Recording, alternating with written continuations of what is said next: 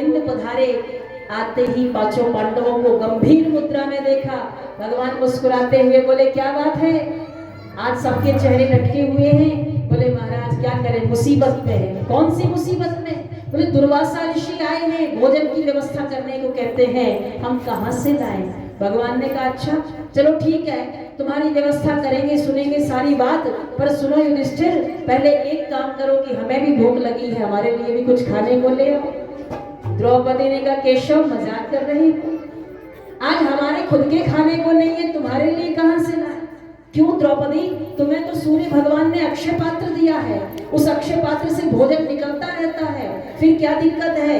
द्रौपदी ने कहा प्रभु वो भोजन तो दोपहर के 12 बजे तक ही निकलता है, जब तक हम लोग भोजन नहीं कर लेते, और जब मैं भोजन कर लेती हूँ, अक्षय पात्र को धो करके रख देती हूँ, फिर उसके बाद भोजन नहीं निकलता, फिर कल दोबारा प्रातः काल ही भोजन निकलेगा।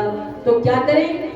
बोले आप अक्षय पात्र लाओ तो सही। और जैसे ही अक्षय पात्र लाई द्रौपदी, भगवान ने बड़े गौर से देखा, एक शाख का पत्ता चिपका हुआ था। भगवान ने धीरे से निकाला, उंगलियों से मुख में रखा, चबाने लगे, और मानो इधर स्वयं गोविंद मुख में चबा रहे हैं उस शाख के पत्ते को, और इधर दुर्वासा ऋषि सहित 10,000 ऋषियों के पेट ऐसे भर गए कि महाराज खट्टी खट्टी डकारें आने लगी। अब ऋषियों ने कहा दुर्वासा ऋषि से, महाराज आप भोजन की बात करते हो, हम तो अब एक ग्रास भी नहीं खा सकते, इतना यहाँ तक भर गया है पेट। बोले अच्छा मेरी भी यही स्थिति है। तो बोले क्या करें? बोले युधिष्ठिर इंतजार कर रहा होगा, चलो वापस। और वहीं से लौट जाते हैं दुर्वासा ऋषि। अब भगवान गोविंद कहते हैं सुनो युधिष्ठिर, महाभारत का युद्ध तो होगा, निश्चित है होगा, युद्ध तो होगा, पर तुम्हारी विजयी हो उसके लिए एक काम करो अर्जुन, तुम यहाँ से इंद्रकील पर्वत पर जाओ और वहां जाकर के तुम साधना करो, उपासना करो और भोले बाबा का सुंदर अनुष्ठान करो।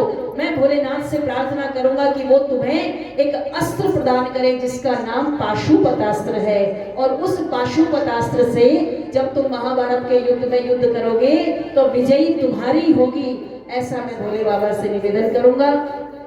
अर्जुन आए इंद्रकील पर्वत पर, और आकर के जैसे ही आज अपने प्राणों को ब्रह्मरंध्र में चढ़ाकर समाधि अवस्था में जाने का प्रयास करते हैं, उसी समय आज भोले बाबा अपनी माया को आदेश देते हैं, दुर्गे या शांभवी माया सर्वे शाम प्राणिनाम मिह।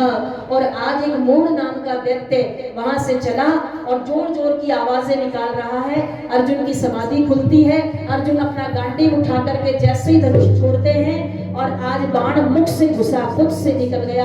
भोले बाबा ने भी बाण छोड़ा, मुख से घुसा, मुख से निकल गया।